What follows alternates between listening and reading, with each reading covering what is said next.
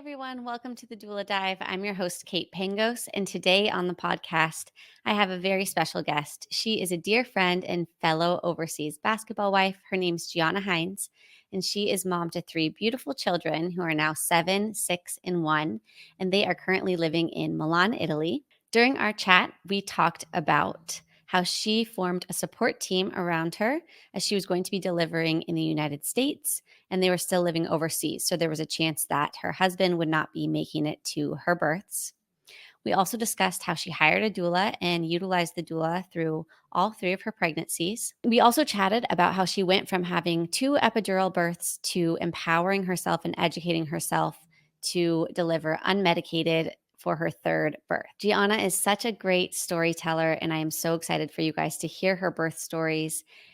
And I think she has so many great pieces of wisdom to share with everyone. So if you guys enjoyed the video today, please like and subscribe, comment, make suggestions and requests for future videos. I truly, truly love making these for you all, and I'm so passionate about educating and helping to empower women for their future births. So I hope you guys enjoy the podcast today. Let's dive in. Hi, Gianna. Welcome to the podcast. I'm so excited to have you on and chat with you today. I'm excited too, Kate. Super, super happy that you were able to come on. I feel like you have so much good knowledge for everyone to learn about. And especially, you've had so many different places that you've had prenatal care that we can chat about for all of our overseas girls, and your doula support, which I feel like is amazing. So I'm super excited for everyone to hear about all of that. So let's start. Yeah. Oh my gosh. I'm so excited. Let's start with just, you can tell everyone a little bit about yourself and your family, where you guys are at right now. And then we can get into the goods. Well, first of all, thank you for having me on the podcast. I'm excited to be here.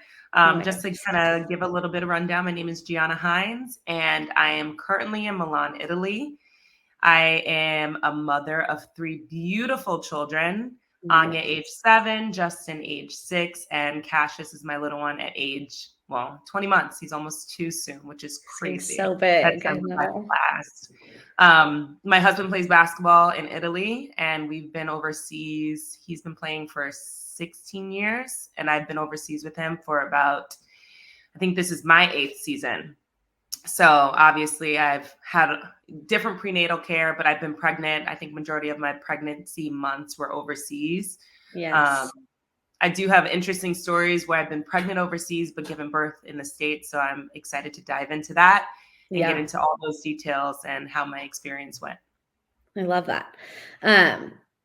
So you were pregnant with your first in Russia. You guys got pregnant in Russia, right? Yes. So I guess when I moved overseas to actually be with Kyle in 2015, December of 2015. And we knew that we wanted to start a family right away. So even prior to moving over, I kind of did all of my checkups with my doctors back in New York, where I was living at the time. My mother's a nurse, so she was a great resource to kind of get a lot of that prenatal knowledge. She had 3 great pregnancies. So she was just like, if this is something that you want to do, you have to plan and prepare for it like you do anything else, like you do for your career, your job, your education, trips, whatever it is, you have to plan and prepare for your pregnancies. So, she was a huge resource. She said, get your checkups done, get your blood work done. Even as simple as if you want to get pregnant, or start trying to get pregnant when you move overseas, start taking your prenatal vitamins early. Like just getting your body ready, getting your body prepped. She's a huge component of like, drink your water, get your hydration in. She always says, there's a little baby that's swimming around in there. So you got to make sure that they have enough to like flow. I love that. Yeah. So I did. I think, fast forward, I got pregnant. We found out we were pregnant January 14th, 2016. I remember to this day because it was like a huge shock. And I think I had started taking prenatals maybe like 5 to 6 months before I even got pregnant or even started trying. And I think that was just a great way to kind of just prep my body for what I wanted it to happen. So that was that was a huge surprise come January, because it happened pretty quick, which is a huge blessing, because I know it doesn't happen that fast for everybody. Yeah. But it did. And I actually also, prior to kind of like getting tested and all that kind of stuff, I also told Kyle, well, he was on the off season back at home in New Jersey, to also like get checked out and make sure that he's good to go. Cause it's not always the female, you know? Yeah, for sure. So yeah. And I feel like also, you know, living this lifestyle too, like we were chatting before, it's like being able to do those things at home sometimes is just a little more like, you know, you maybe know your doctor and you know where to go and what to do. And then we're overseas and maybe it's your first year somewhere and you don't know like anything about it. And so it's just kind of gives you peace of mind to be like, hey, let's just get this done while we're here. We know where to go, who to go to and stuff. I also feel that it was something that was important for me, because I knew that I always needed kind of like a resource back home. You know, I always needed somebody to like check in back home. I was moving to Russia. Like, I already knew that I did not know the language at all. So I was like, I needed to have somebody back home that I could refer to in case I had questions about anything along the way, whether I was pregnant or not. I just needed somebody that I could refer to. Was it your first year in Russia this year?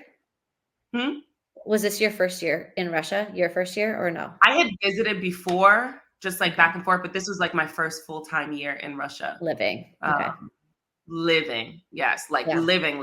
Like, so you were like, hey, I'm going to live there and I'm going to get pregnant there. So like I resigned from my job. I was working and I was like, you know what? I'm giving up everything. I'm moving across the water. We're doing it. Love. Yes. It was like my first time I'm in Russia. I was like, didn't see sunlight. And I was like, yeah, now I'm pregnant and now I got to do this. And my family's not coming to visit me because I was living there. Yeah. So I was like, okay, great. I got to do this all by myself in a way. Yeah. No, for sure. Okay. So then how was your first pregnancy? Is there anything that happened? How was your prenatal care there? You know, I was, I think I was very nervous. I was very anxious about like being pregnant and being pregnant overseas. The flight from Russia back to New York was like 11 hours. So it's not like I was going to go back home and live and do my pregnancy back in the States. I was like, I kind of had to mentally commit to doing this in a different country. The same way that you would if you were giving birth, but it's just like the preparation and the planning of the pregnancy part. The one thing that I did really appreciate was almost like the secrecy behind it. The privacy about really focusing on me, focusing on my body, and then also having Kyle support me in all of that and have us kind of like be in our own little world to focus on this little baby growing inside. One thing that we did decide for the first pregnancy was that we weren't going to find out the gender because majority of the time was spent overseas. So we weren't, you know, painting a nursery. We weren't buying things or planning for like a room for a nursery. We weren't sure what we were going to do when we got back home. So we were like, you know what, let's just focus on the pregnancy itself and then just put the idea of whether or not it's a boy or girl kind of like somewhere else. And just wait until the birth to meet him or her. So I think that was like a really like unique experience for the two of us to go through together. As far as my pregnancy was concerned, the team had referred us to an English-speaking doctor in Russia, and we loved her. We thought she was great. You know, I think when you walk into a room with a doctor, you kind of feel that rapport. You either feel it or you don't. And I think for me, it was just like I had to feel it in order to feel comfortable. She spoke English. She was very knowledgeable about Western medicine. And then the ultrasound doctor was really great too.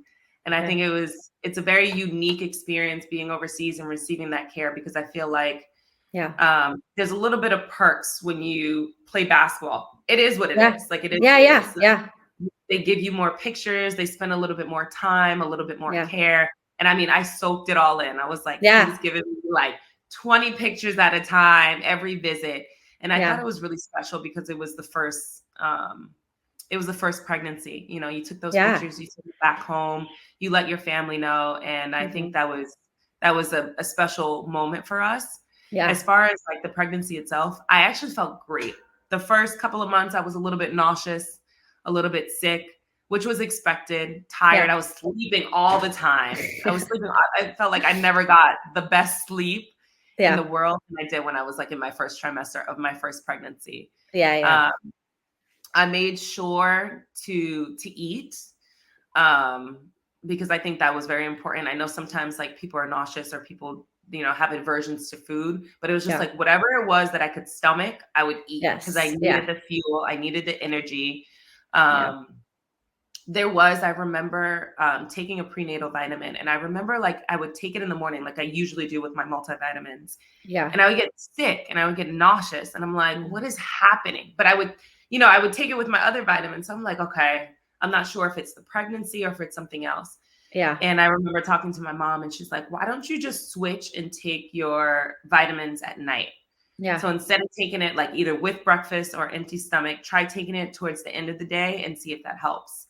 And I think that's just like one tip that just made everything, feel so much better. I ended up taking like my prenatal vitamin at night, and it just made me feel so much better. I didn't get nauseous. I wasn't feeling that same type of like nausea that I was feeling before. So that's a great tip if, some women are feeling that way. I feel like that's something that people don't think about either, because you're always like, I don't know, I just think people get in the habit of taking their vitamins in the morning. And it's like a lot of time you are taking them on an empty stomach. So you're like, I mean, sometimes my regular vitamins make me nauseous when I take them on an empty stomach. So, and I also think they, you can ask to switch to a different prenatal too. Like sometimes certain prenatals make people sick and others don't. So that's also something to think about. But I love that. Also with the pregnancy, I think when it comes to like exercising, I was an athlete before. I played basketball. I was very active, and it's something that I wanted to keep up during my pregnancy. And I remember, and this is just like a little glimpse into like what we go through and the different types of way that they treat pregnant women, is I remember my first trimester, and I went in and I saw the doctor, and I remember the doctor telling me, I asked her, I said, at what point can I exercise? And she's like, well, what were you doing before? And I was like, well, I was like lifting, and I was running, and I was, I was active. And she's like, well, I don't think you should lift weights anymore. And I was like, well, what do you mean? She's like, yeah, I don't think you should lift weights. I really don't think you should do any sort of abdominal exercises, no crunches, no planks. And I was like, this is really weird. I was like, this doesn't make sense to me. I was like, if I was doing it before to prep for pregnancy, why isn't this something that I can continue during my pregnancy? But I think always, and we were just talking about this before, like doing your research, second opinions, reaching out to other women, reaching out to other fitness professionals, I think are very important. I remember going back and I just like shot a message to my brother of all people, but he was really into fitness. And I asked him, I was like, listen, the doctor said I can't lift weights, so I think I need to change up my regimen. He's like, why can't you lift weights? And he like threw out a bunch of questions, like rapid fire. He's like, is this what's happening to you? Are you feeling this type of way? Do you feel any strain? Like, do you feel exhausted? I'm like, no, I feel fine. Like my energy is great. He's like, then go ahead and lift weights. And he sent me like videos on videos about proper way to lift weights. Pregnant. I was like, great. So then I just like started it. I took it slow at first, and then afterwards I felt fine. So I just like on my own accord just started lifting weights and staying active that way. But I always referred back to him. But I think it's about like getting that second opinion. Like if that doctor is not giving you the answer that you're looking for, try to find something else that either supports her decision or, supports your decision. So, I do kind of feel like that's also just, I mean, this is just my opinion, but just based on what I've seen overseas, it's like not even really before pregnancy. Like when people aren't pregnant, they don't like, women aren't as into lifting and like doing that kind of stuff. So like, I think they're just like, wait, what do you mean you want to do this when you're pregnant? Like they're confused by it or something. I think it's just not as much part of their culture, I guess. Yeah, I think pregnancy is I don't want to, it's not a negative connotation, but like it's a lot more delicate. Yes. here. And I think that's okay. I'm not sure like what information kind of supports that, but I just feel like people are just a little bit more careful when it comes to doing specific things during your pregnancy. Yeah, no, I agree. That's funny. And you liked like the clinic. Was it, so I know like with my prenatal care in Russia, everything was like at the same place, like the ultrasound, the like blood work, everything, which I loved that part about it. Cause that's not typically, how it is in a lot of places. Places. Yeah. It was nice. Everything was, it seemed very like outdated, I must say, but you had to trust the process. Yeah. The one thing that I didn't anticipate, and this is just very interesting, and it was a little bit tough at the time, was I found out I was pregnant in January, but I knew I was going to give birth in the States because the baby was due in September. Okay. So like when it comes to like the basketball season, it's from August until June, and then you're home for the summer months. And I knew I wasn't going to fly back at like 38 weeks to go have a baby in Russia. No, I was just going to have the baby at home in hopes of like Kyle being there for the birth. Yeah. So I knew that I had to go home at some point during my pregnancy to find like true prenatal care in South Jersey while I was there. Yeah. I didn't, however, anticipate the fact that the doctors back home weren't able to read all of the documentation that I had. Yes. So I wasn't like, okay, here I am in Russia. Can you translate everything into English? Because I then need to bring it back home. Yep. So fast forward, when I did go back home, I needed to get all my tests done again. Mm-hmm. So I had gotten like the initial blood work. I had done the glucose test as well, which was literally like a plastic cup with water. And they took a plastic Ziploc bag and dumped like a whole bunch of sugar and then just stirred it around. It was like, just drink it. And had to get that done again in the States. And I had to get like the 20-week ultrasound done again. So everything just had to be repeated, which was just like a lot. Like I had to go in, I think like 3 times within the matter of like a week and a half when I was back home. Just because like they couldn't read my documents, which was true. I just did not even think about that. No, I agree actually. Like with our pregnancy in Russia, I got kind of lucky because we went home right before 20 weeks, I believe, or it was like right around the time of 20 weeks. So like all the like most important tests I feel like happen after that. And I was like, okay, so I don't think I had to repeat anything, but I think they just were like, okay, well, we can't read any of this stuff. We believe you.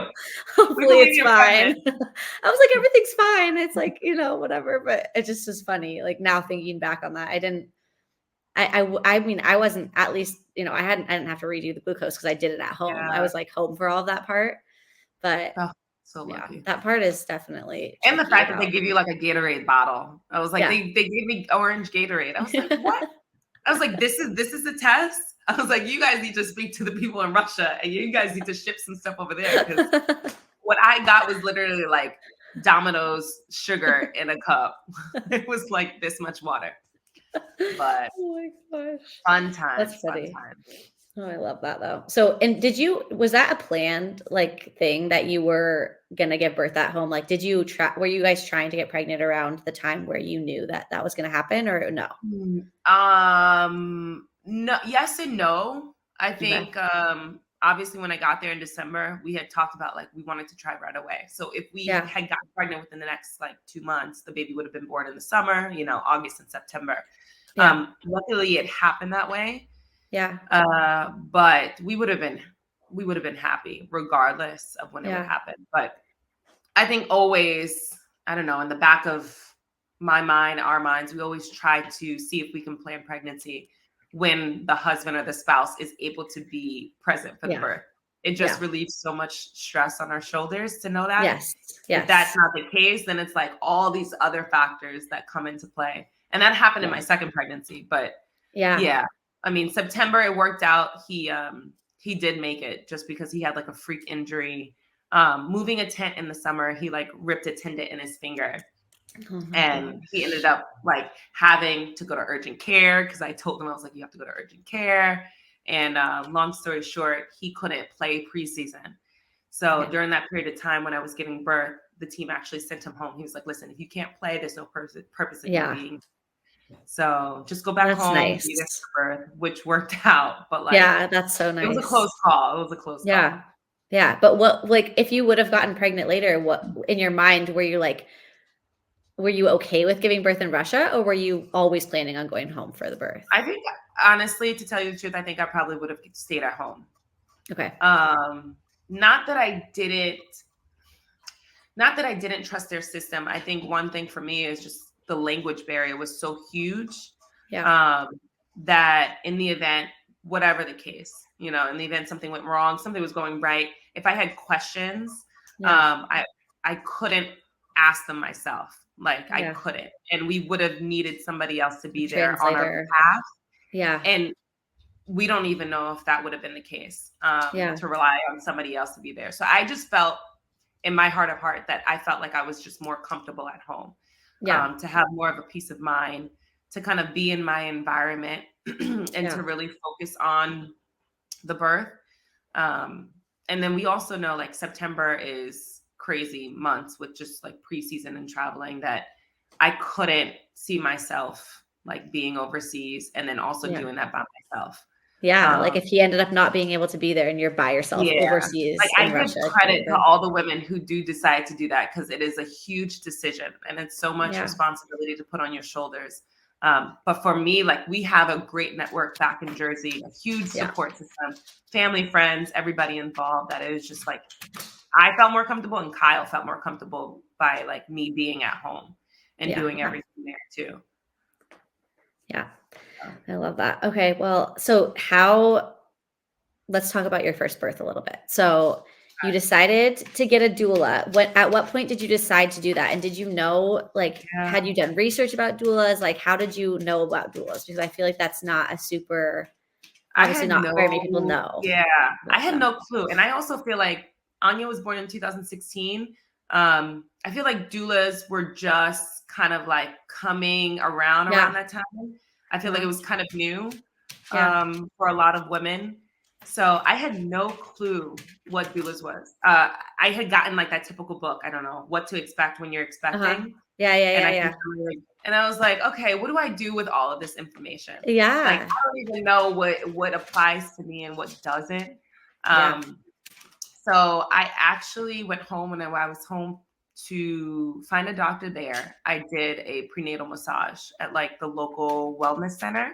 And I was just, usually during massages, when I get a massage, like I don't like to talk. I just like relax.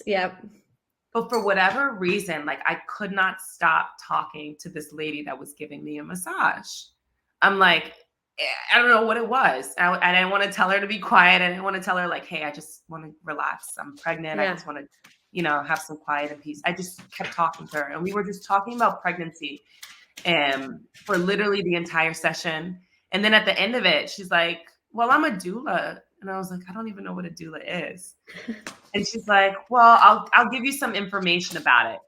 Yeah. So she sent me to her website, and I kind of just looked it through, and I was like, you know what? This kind of makes sense for me, because we weren't at the time. This was in March. So Kyle actually had his whole injury in the summer, like 4 or 5 months later. So at the time, we weren't sure if he was going to be there.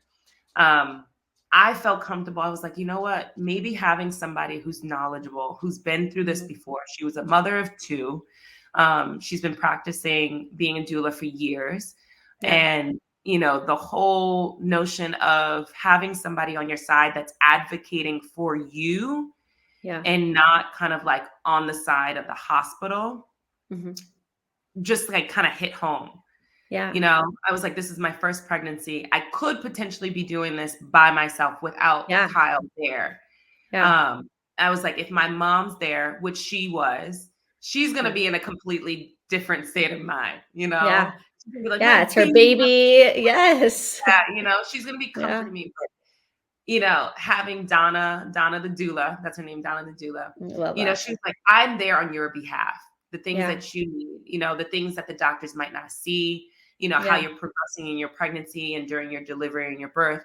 She's like, I'm really there. It doesn't matter if you're planning to go unmedicated. It doesn't matter if you're planning to give birth at home, or even if you're in the hospital. Yeah. So I actually talked to Kyle, had a conversation. I was like, you know what? I really feel like we should do this. He couldn't grasp the idea at the time. Like, why do you need somebody else in the room with you? Yeah. But I'm like, but it's all about the planning and the preparation, which I go back and I said this before. She helped with, stretching, yoga, reflexology, meditation, even dietitian needs. Yeah. She, after appointments, she was a great resource to talk to about what the doctor said and how we can plan and prepare for the birth, how the baby's progressing, what position the baby was in. Yeah. So, I mean, and I think just because of the appointment that I had with the massage, I already felt comfortable with her. I always felt there was a reason why I was on her table that day, at that period of time. And I was like, I had to trust the process. I had to trust what the information was giving me. So at that point, I was like, you know what, let's hire Donna. And that was in March. I went back to Russia from, I think, March to June, to the end of the season.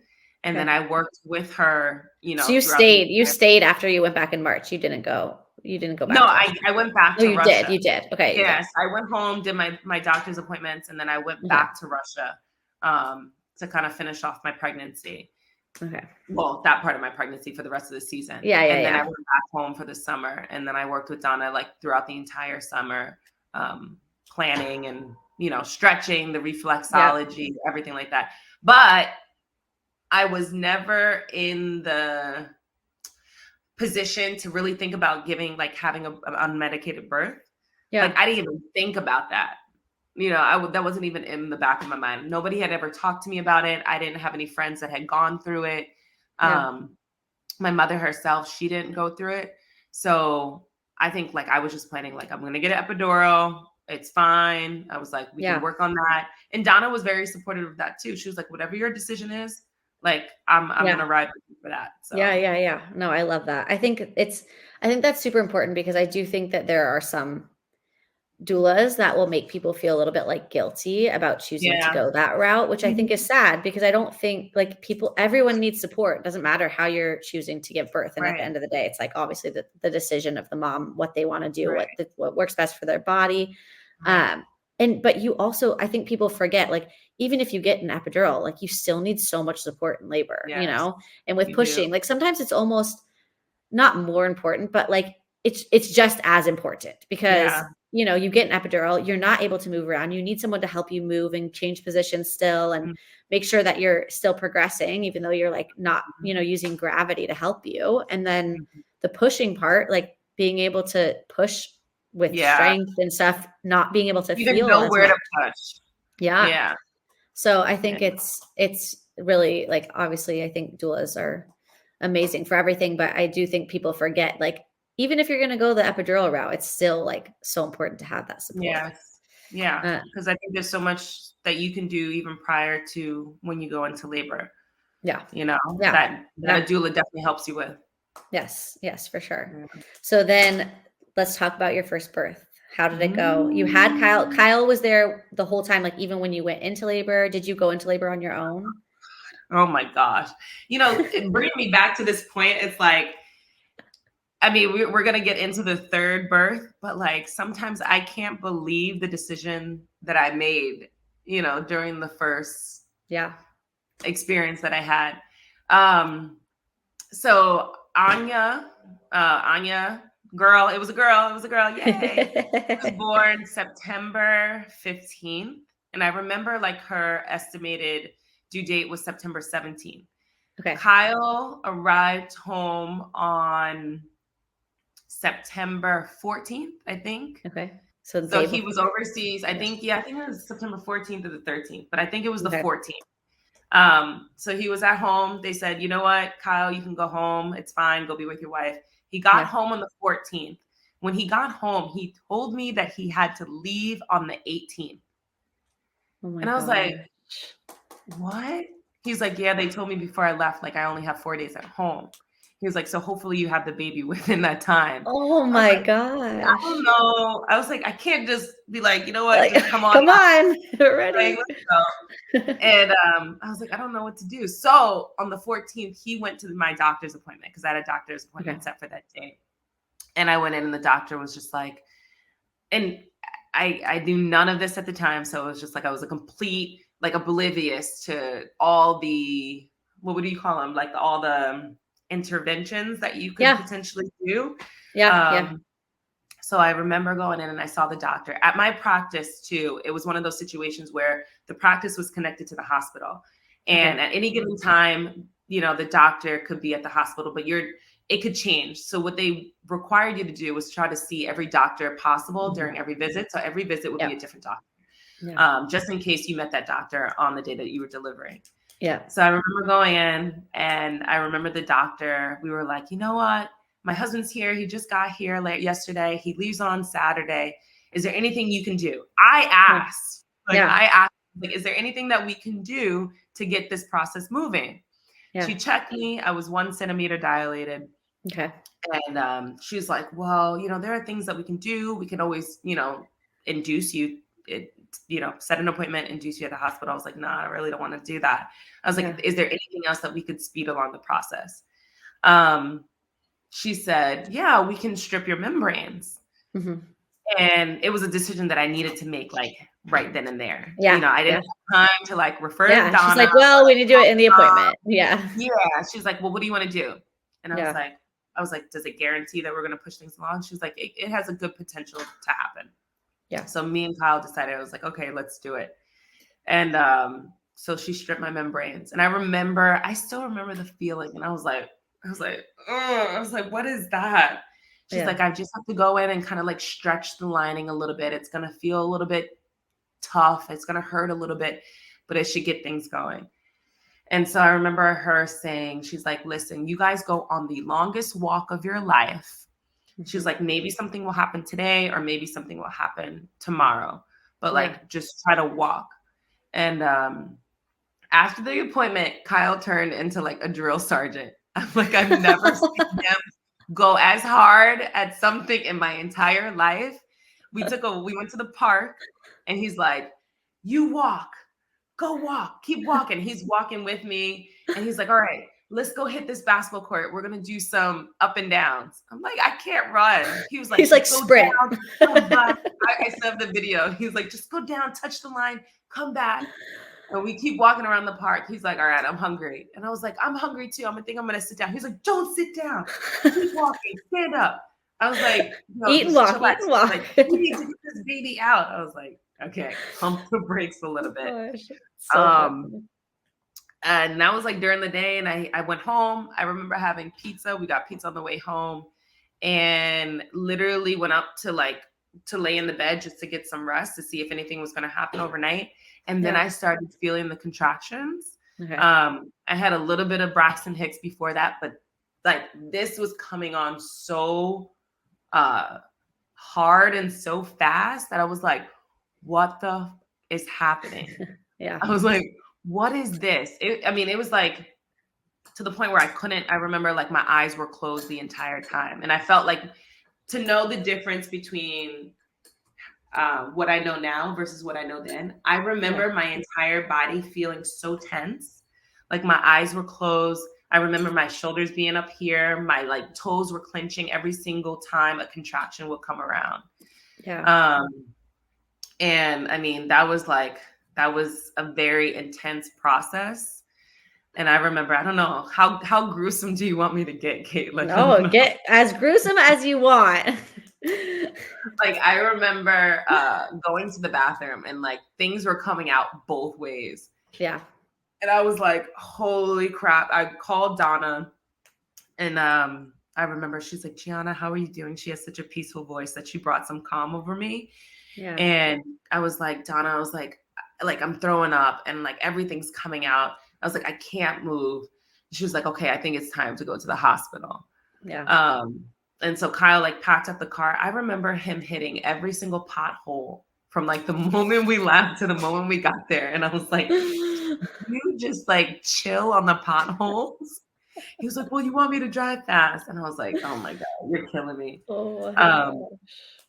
But when we got to the hospital, I do remember them checking me and telling me you're only like 1 to 2 centimeters dilated. Okay. Like I'm only 1 to 2 centimeters dilated. We're thinking about sending you back home so you can progress a little bit more at home. Yeah. And Donna had arrived at the time. And I was like, I'm not going back home. I was like, if I went through what I went through at home, I was like, I'm not going back there and having the pregnancy or the labor progress faster and have me be in a position where I have to give birth at home. I was like, this shit is intense. Like, I'm not going anywhere. I will stay in your lobby, but I'm not going back home. I was like, this shit is painful. And I remember telling Donna, I was like, this hurts so bad. I was like, there cannot be any way that I'm only like 1 to 2 centimeters dilated. Yeah. So I didn't yell. I wasn't angry. I was just advocating for myself, saying, I'm not going back home. Yeah. So they decided to admit me because I think at that time it was like 2 o'clock in the morning. So they were like, you know what? There's not a lot of people here in the hospital. So we'll just get you situated upstairs. And I remember from the moment that I went into the check-in to the moment I got like into the labor and delivery room, I went to 5 centimeters. Like that. And they administered the epidural, which was fine. I think Donna was there. She helped me breathe through it. Yeah. Compared to like the early contractions, like the epidural was nothing. I was thank you for this. Yeah. And that like just brought a little bit of relief because I think the contractions were so intense. Yeah. And I think it had a lot to do with the stripping of the membranes. Well, it had a lot to do with the stripping of the membranes. Like I know that now. Yeah. Like it brought on the contractions in a way that now I know like I would never have gotten it done, or I would never choose to get it done again. Yeah. Just because of the way the body is supposed to naturally progress. But I had the epidural. I was in the room. I was laying down. I felt relaxed at that point. Like it was great. Like I couldn't feel the contractions. Donna was giving me some reflexology on my feet. And I think at that point, around 8 o'clock, I was there for maybe about 6 or 7 hours. I think around 8 o'clock is when the doctor came in and told me like it was time to push. Oh my gosh. That's a fast labor. Yeah, it was quick. Yeah. My mom had arrived, my sister had arrived. So it was my mom, my sister, Kyle, and the doula in the room. Okay. And then you got a crowd. I had a little bit of a crowd. Oh, it got bigger the next year. But the delivering doctor was actually a midwife, and it was her first delivery. Oh my gosh. It was like her very first delivery. And I didn't know this until like after the fact, thank God. Yeah. But she was there and she had a midwife. So it was 2 midwives actually delivering at that time. She had like someone over her. Yeah, she had someone over her. Like I had that for one of my births too. And I actually liked it because they take so much care when they're new. I'm like, I didn't know that at the time. Yeah. I think a different mindset, more mature, it's fine. Yeah. But like at the time I probably would have been like, give me somebody more. Yeah, for sure. Like, what are you doing here? And then when it was time to push, they were like, you're 10 centimeters dilated. Like it's time to push. And Donna was like, okay, Gianna, like this is your first time pushing. It might take a little bit. Like, don't think you're 10 centimeters. Like it's going to be a quick, fast push and she's out. Yeah. And I remember looking at the clock and it was like 8 o'clock in the morning. And I was like, Donna, I'm pushing this baby out in like 10 minutes. She was like, no, you're not. I was like, no. I was like, I'm pushing her out in 10 minutes. She was like, okay, Gianna, let's just dig deep. Close your eyes and push. And Anya was born at 8:11 in the morning. Oh my gosh. It was like 3 pushes and she was out. And I was like, I told you. I believed you, but I wasn't sure. But if there's a will, there's a way. And I remember when she came out, everybody was just crying. There was so much emotion. And I forgot like all about the fact that like we didn't even know the gender. And so my mom remembered, and she was just like, is it a girl? Is it a boy? What is it? And they were like, it's a girl. And then everybody kind of erupted again, and all the tears started. But it was definitely like a sweet moment.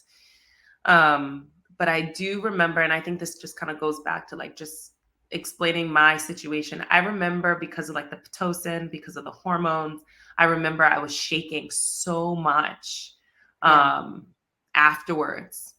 And I had the shakes, and I know a lot of women had the shakes, and I didn't know what was going on. And after you give birth, like the nurse is required to take your blood pressure. Mm-hmm. And she's required to continue to take your blood pressure until it's normal. Right? Yes. And like, thank God my mom was there. And there's a picture of my mom, a picture of me and Kyle, like looking at Anya. And then I see my mom in like the background with like gloves on. And to this day, I'm like, why did you have gloves on? She's like, just in case I needed to intervene, I was there for you, baby. Like I was there for you. But thank God she was there, because she noticed like my blood pressure was high. Okay. And, Donna had left at that moment. She was like, I'll give you guys some privacy. Yeah. I remember the nurse trying to take my blood pressure, but she wasn't getting like a normal read. And I think she decided that she wanted to step outside the room and then come back. And my mom like chased her down, and she was like, no, I need you to go, and I need you to stay with my daughter and get a normal blood pressure read on her. And you stay until you get it. Yeah. And I was like, I didn't know this until after the fact, but I'm like, it was so great to have her there. Another thing though, is that I remember, and I'm like getting a little bit emotional because it was so special, but I remember getting the shakes and having the shakes, and I took the time to like sit with Anya. But the moment like she latched to me was the moment like the shakes just went away. Like everything had just gone away. And I don't know if that has something to do with it or not, but like, just going back to like breastfeeding being so important, and like that moment of that first initial latch, but like it, like everything just went away. So it was just like a lot of emotions all happening at the same time, but it was just a special occasion. Yeah. I mean, as far as like giving birth, the first go around, like it was, in my opinion, I loved it. I did. I loved it. Yeah, you had Kyle there. You had a doula support. You had your family. Yeah. Like, I feel like it went so well. Yeah, it was a successful birth, in my opinion. I love that. I love that so much. Aw, thanks. So, okay, so I know you got pregnant quickly with your second. Yes. So let's talk a little bit about that. That was not very intentional, right? No, it wasn't intentional. Like, I don't even think we had the thought of like having a second. We hadn't even discussed it. We hadn't even talked about a second, because at that time, Anya was like 6 months. Yeah. So we were home in New Jersey in the States for the first 3 months. And after the process of getting like all the documentation and the passports, we went back to Russia and reconnected with Kyle, because he was gone for that period of time. Yeah. And isn't it crazy how that happens? Like, I mean, just thinking about that, like, I feel like the only thing that's hard about then giving birth at home is that then the guys miss so much of the beginning, because they're, you're waiting until the baby's old enough to travel, you get their passport and all these things. And then, I always feel for women that are in that situation, because like, I mean, we had that, it was a different time. But Kevin was away from Olivia for like 4 months, and it was so difficult. He missed so many things. He missed when she first walked. He missed her first birthday. Like, so it's so hard. You have like a little bit of guilt too, because you're like, okay, did I make the right decision leaving? Should I have stayed? And then at the same time, you're trying to provide them with every single moment through like photos and videos and times. But then there's so much that requires you to give attention to this little baby that needs you. Mm-hmm. And so like, there's like this weird like dichotomy between the two of like how to be there for the baby, how to be there for your husband, and then also how to like establish this new family bond between the three of you that, you're thousands of miles away. Yeah. That was like a weird situation. And I think Anya as a baby, you know, she wasn't a really good sleeper, but I also didn't know what the hell I was doing. You know, I didn't know anything. So I think with the first baby, it's just like, you guys are both trying to figure it out. Yeah. But yeah, I think I probably like blocked a lot of that time, like out of the way, because I think don't even remember anymore. And I had 2 more, so obviously and you were just a new postpartum, your hormones right. were going crazy. Like, there's just so many factors. So Yeah. yeah. And I don't know what I would have done. Like, looking back on it, like my family and friends were so huge in those moments. Yeah. Like so huge that I don't know what I would have done or what that life would have looked like if I was in Russia. Not saying like Kyle wouldn't have been able to like supplement that, but like naturally their first priority is their job. Like they have to travel. They have to play. They have to practice. Like there's no way for them to say, yeah, I'm not going to make it today because I want to spend more time with my newborn, or can I take like 4 weeks off to spend time at home with my wife and my baby? Like that so just true. doesn't happen. I feel like that's why also though, like, you know, we as wives and stuff become so close because we are each other's support over here, you know? And so it's like that part is so important to remember. I think coming over here and being overseas, like creating that bond with the other wives is like huge because you're in these moments where, you know, you need that.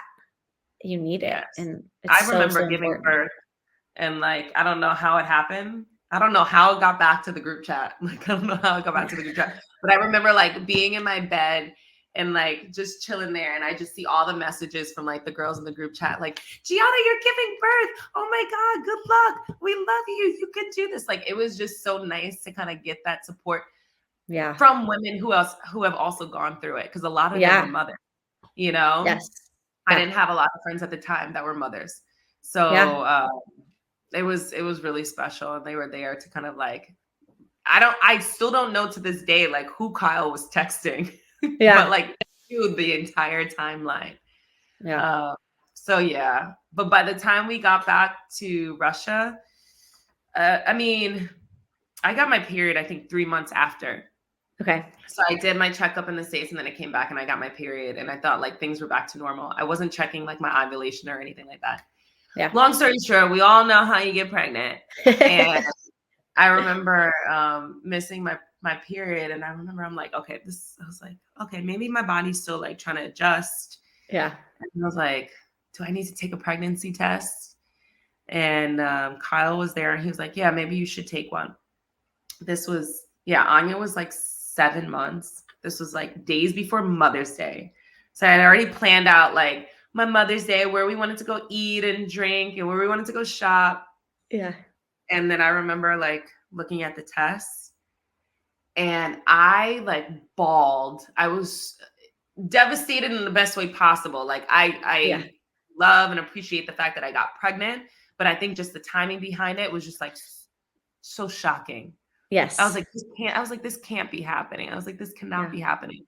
I cried tears of joy when I found out I was pregnant with Anya. And then I just like cried tears of just like disbelief when I found out I was pregnant the second time around, because I don't know, like when you calculate it, they're 15 months apart. Like she's 7 months. I have a baby while being pregnant, like getting pregnant and then carrying another baby. I was like, I'm living in Russia. I was like, how the hell is this life supposed to work? Yeah. You know? So, but it was just like, I mean, you kind of, it is what it is. Like, I think very much in this lifestyle, it just like, it is what it is. Our lives are dependent on the guys' schedules, their practice schedules, their travel schedules. And it's just like, as us mothers, women, wives, friends, it's just like, we have to just take what's given to us. Roll like, with the punches. It is what it is. Yeah. But when we calculated the due date,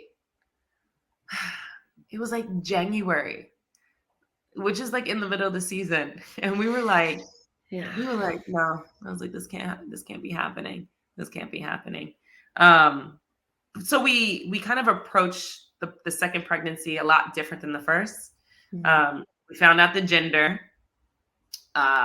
We already knew who our doula was going to be. Yeah. And we kind of like planned and prepared to have the baby at home. And I think in this instance, we kind of knew that Kyle probably, it was like more of a chance that he wasn't going to be there just because of the fact that it was in the middle of the season. Preseason, you can kind of get away with it. But like when you think about traveling from Moscow back to New Jersey in a time span where you're trying to make a birth, like it's just not going to happen. You know, if you're in the States, you can probably hop on a plane and get somewhere in an hour and still be there. But like overseas, if you're choosing to give birth in the States, you know, you're probably not going to have your spouse, your husband there, which was difficult. Difficult. I mean, at least, positives. You knew, the doctor, the place you wanted to give birth, I'm assuming, and you obviously had the supportive doula that you loved during your first. So you knew, at least it wasn't like your first where you were like trying to figure all these things out without your husband too. Like, you're like, okay, at least I've like gone through this recently, I have this support system already here. But there was comfort in that. There was a lot of comfort in that. And I think, even just the doctors, but then also like your family, your support. They already kind of knew what to do and how to kind of be there in capacity. So I think everything besides Kyle, like we kind of had that situation figured out, which is great. So then, did you go back? Like, when did you end up going back with? So because the second pregnancy, it was a little bit different because we found out we were pregnant in May. So the first part of the pregnancy was actually in the States during the summer. So I was able to kind of like get all my tests done, get that figured out. We already knew that I was going to give birth in the States. So was I going to go back with him right away? No, I actually decided to stay a little bit longer at home. And then we decided to just go back to Russia for like an 8-week period of time. And then fly. Because I think it was very dependent on my doctor's appointments. A lot of those scans that needed to get done, the blood tests, like we were like, let's plan around that. And then the period of time where I can go over, kind of like get my checkups, I can, and then fly back to the States. So that's kind of how we approached it at that time. So I was in Russia from like October, and I think I remember the weeks too. I think I was like week 28 to like 34, 35. So at the last possible moment that I could fly back home, I did.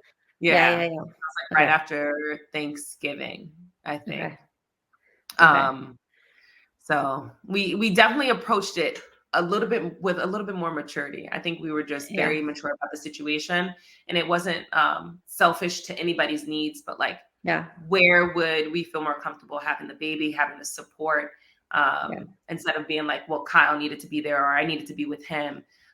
He never put that pressure on me either, which I do appreciate.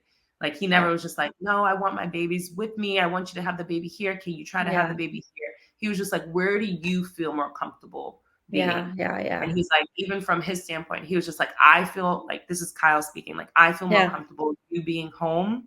Knowing that you have the family support, the friend support.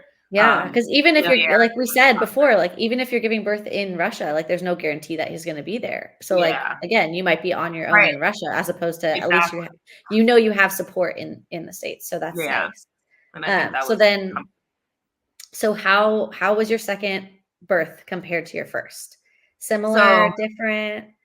It was a lot faster. It got faster. It got fast. I was having a boy. His name is Justin. Having a boy, and doing the same things. I was staying active, drinking my water, taking my prenatal, working with Donna, and I think his approximate due date was like January 7th. And I felt great. Like I felt different with the first pregnancy. I wasn't as tired. I had a lot more energy, and I think maybe because I'm chasing around a toddler too, like I had to. You don't have time. 100%. Right. I don't have time to be lazy. So I was just a little bit more active naturally. And I remember, so like December 31st, I remember like going out and doing like a little cute kid activity with my daughter and my mom. My mom was always there. Like Mama Smith was always there. Yeah. And we did like went to a museum and they did like a little kid countdown at noon for like New Year's. Oh, that's so cute. And I remember coming home and ordering like some of my favorite food from my favorite Italian restaurant. And then I remember like falling asleep like on the couch. And then I was like, okay, I woke up and then I went into the bed. It was like all very just casual, not thinking, no inkling that the baby was going to come. I had my doctor's appointment. I wasn't dilated at all. Prior to this. And then I went to sleep. And I think around, oh my God, this was a crazy situation too. On January 1st, right? January 1st, my mom was just like, I'm going to go back. I'm in South Jersey. She's in New York. So we're about 2-hour drive from each other. She's like, I'm just going to go home just to check on the dogs and the cats because she has dogs and the cats at home. She's like, I'm going to check on them. I'm going to wake up early. I'm going to drive, feed them, and then come back down, G, just in case.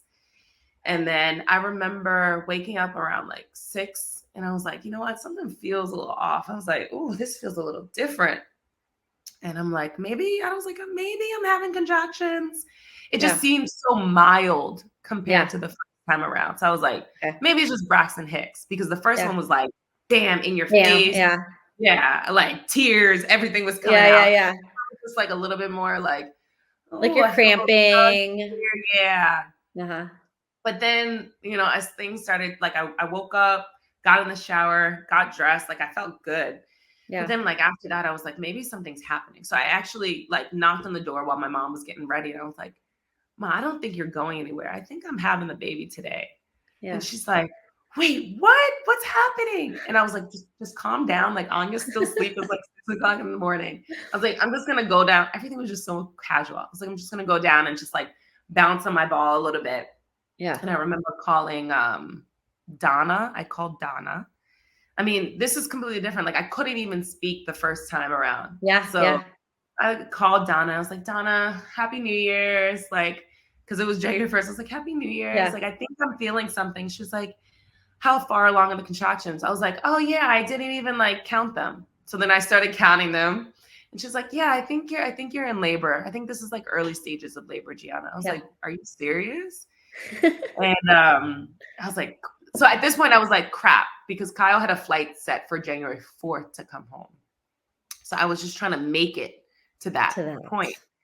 I called him and I actually was like in tears because I got a little bit emotional because I kind of realized at that point like I wasn't going to have to work without him. Yeah, he wasn't going to make it. And he I think he turned into drill sergeant again. He was just like, you're going to have to do this. I'm not going to be there. There's no way I can get on a flight. Gianna, I can't. You're just going to have to do this by yourself. And then I called the doctor and the doctor's like, all right, if you can make your way into the hospital, I think it's time for you to come in. So like my mom got Anya dressed, breakfast. I'm just like bouncing the ball at this point, Kate. Like everything was just very like la la la la la. Like no cars were on the road. It's a holiday. Yeah. Get in the car. My mom had to pack up Anya because there was nobody to watch her at that point, and I didn't really know where I was at my like labor stage. Yeah. So she was like, all right, let's just go to the hospital. So we packed up everything in the car. My mom did not know how to drive my car. She said she had the car with the keys. She was like, I have to push start. She presses the push start. She didn't put her foot on the brake. And I'm like, I was like, I'm going to have to drive myself to the hospital. She like presses the blinker. The windshield wipers go on. I was like, great start. Yeah, great start. Anyways, like we get into the hospital and I'm like walking in. They're like, do you need a wheelchair? I was like, no, I'm fine. Like I can walk. Give them my paperwork, do the whole check-in process. When they checked me like down in the check-in area, I was 6 centimeters dilated. Oh my gosh. 6. And I think that just kind of goes to show you like how if you let your body just naturally do what it's supposed to do, like it's a completely different situation. Mm-hmm. And I remember Donna coming in and she was like joking with me. She was like, hey, do you just want to do this like natural? And I was like, no. I was like, no, I don't. I was like, just because of the fact that I had gotten an epidural before, it was fine. I was more comfortable with that. And I think, approaching like an unmedicated birth, it's something that I needed to decide the moment I got pregnant. Yeah. Like, I think. Prep for it. Mm-hmm. Right. To prepare for it. Like, I think just to decide in that moment, I just wasn't there. Yeah. Yeah. I don't think my mom was there for, like, I don't think she would have been ready for that. And I didn't even know what that looked like. I had done no research. Yeah. So I didn't even know, like, the progress from, like, 6 to 10, what 10 feels like. And then the whole process of, like, feeling the push. Yeah. Wasn't ready for that. So I opted for the epidural.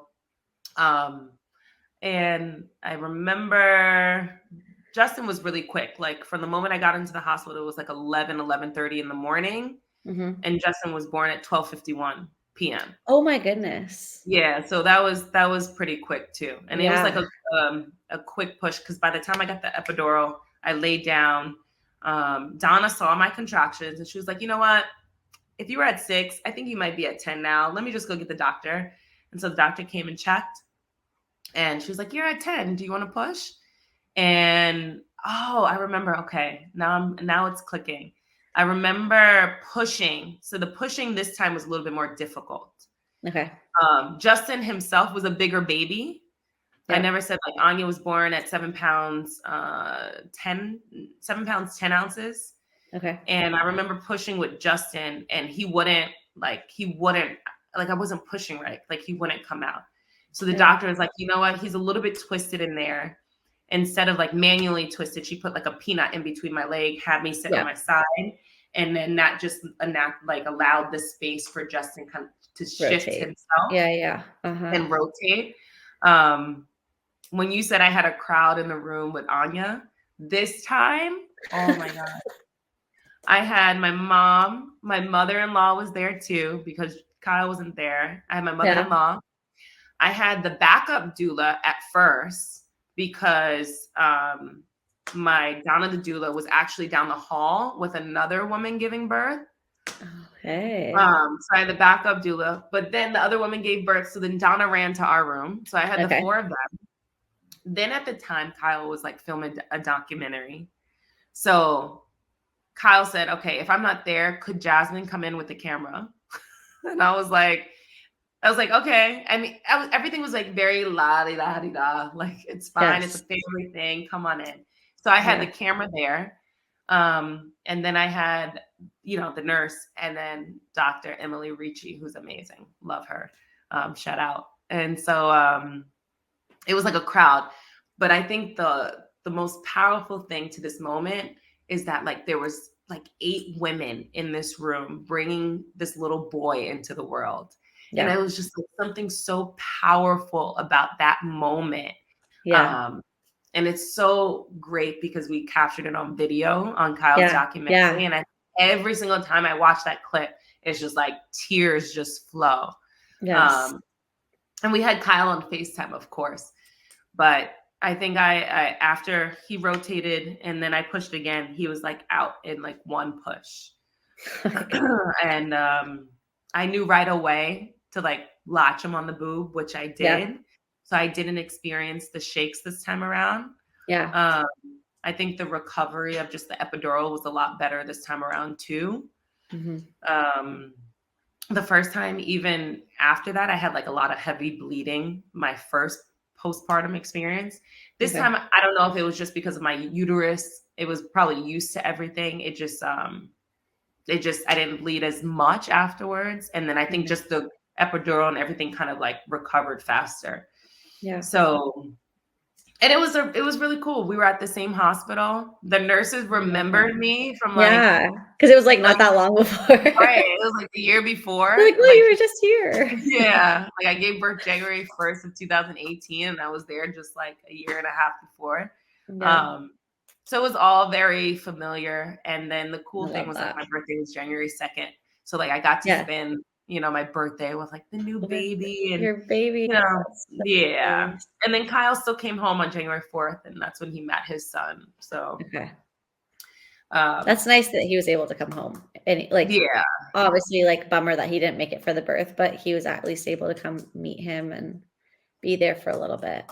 Yeah, I do think he still says, like, in the beginning, I think whenever we did meet him in Russia, he was like, it took a little bit of time to I don't know, develop that bond with him. You know, obviously now, 6 years later, they're best friends. Yeah. But, like, in that moment, he was just like, yeah, it was kind of weird like catching up, Yeah. with this child who normally he would have been there the moment that he was born. So yeah.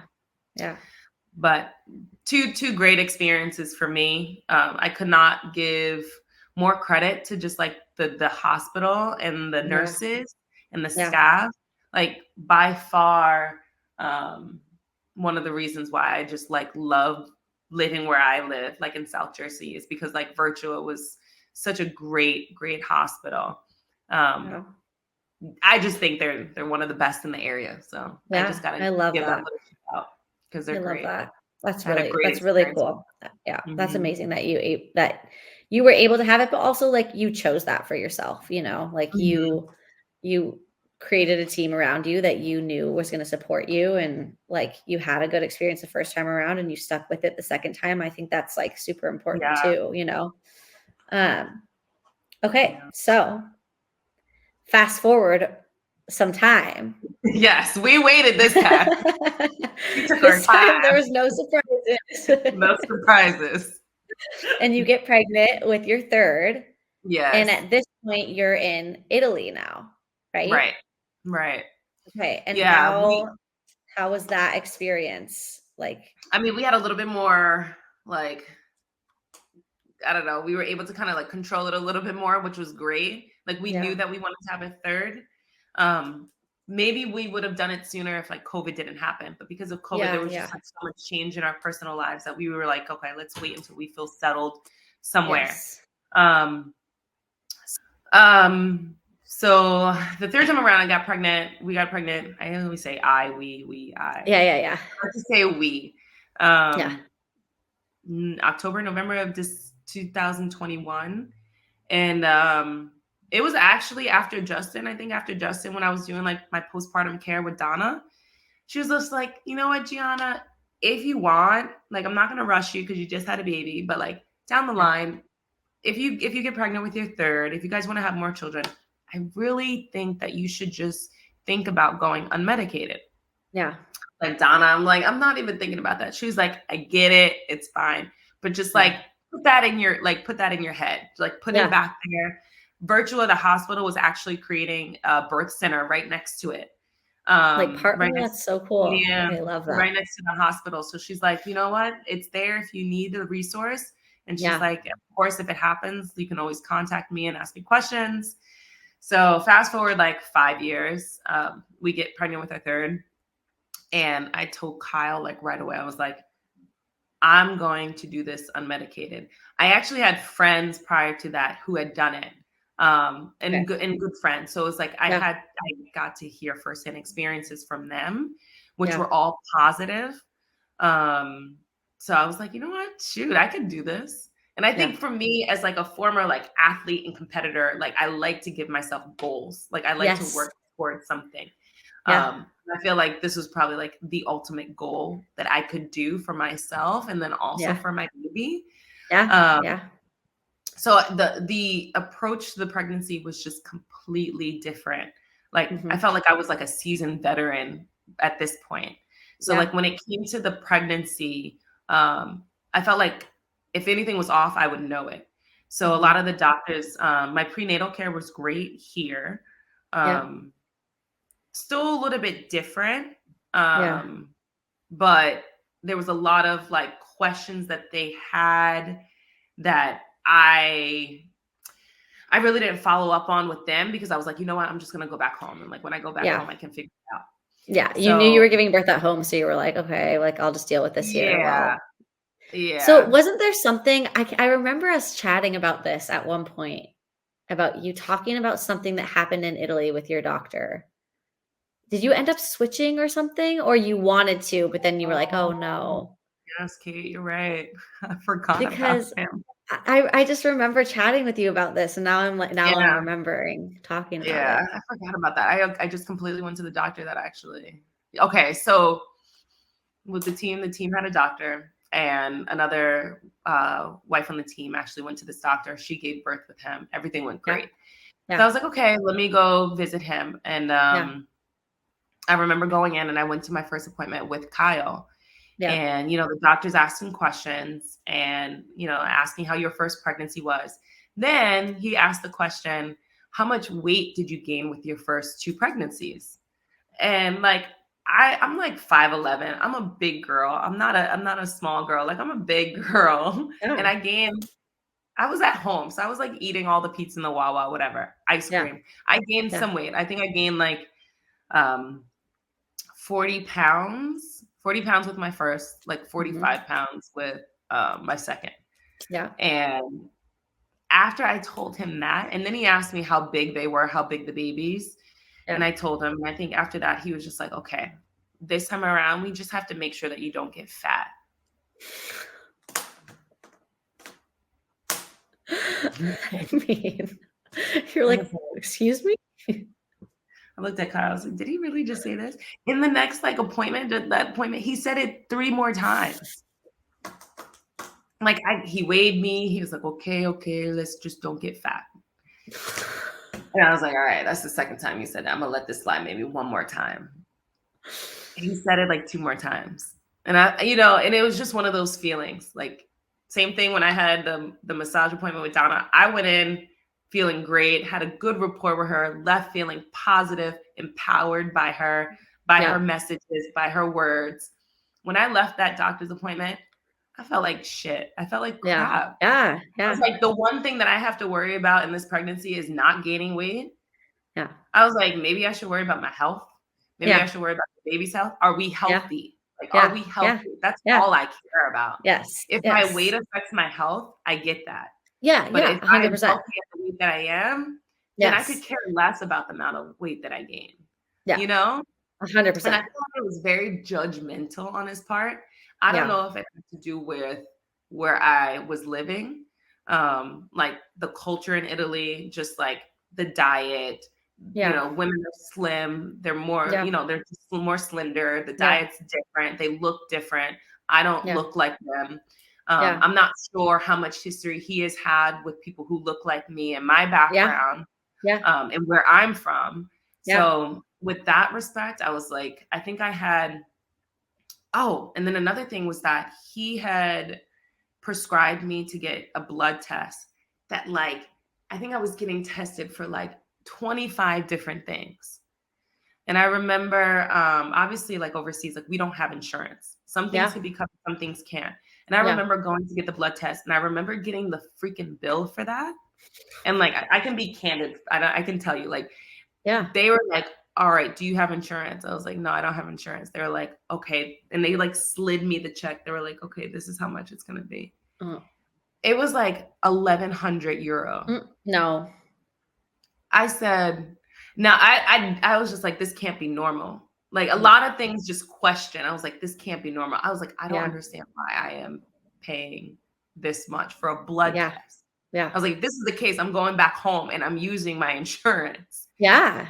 And I talked to Kyle. I was like, I don't think I can go back to him. He's like, but this is where everybody goes to. Everybody says that he's a great doctor. I was like, I don't care. I was like, I don't feel comfortable. Yeah. I was like, if he doesn't meet my goals or my needs, or if I just don't feel comfortable with him, there's other doctors out there. I will find one that I feel more comfortable with.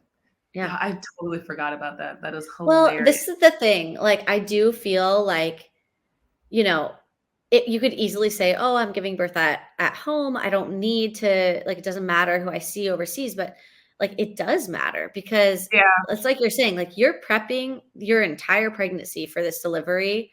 You do not want someone that's going to make you feel like that at your appointments because then that's in your head.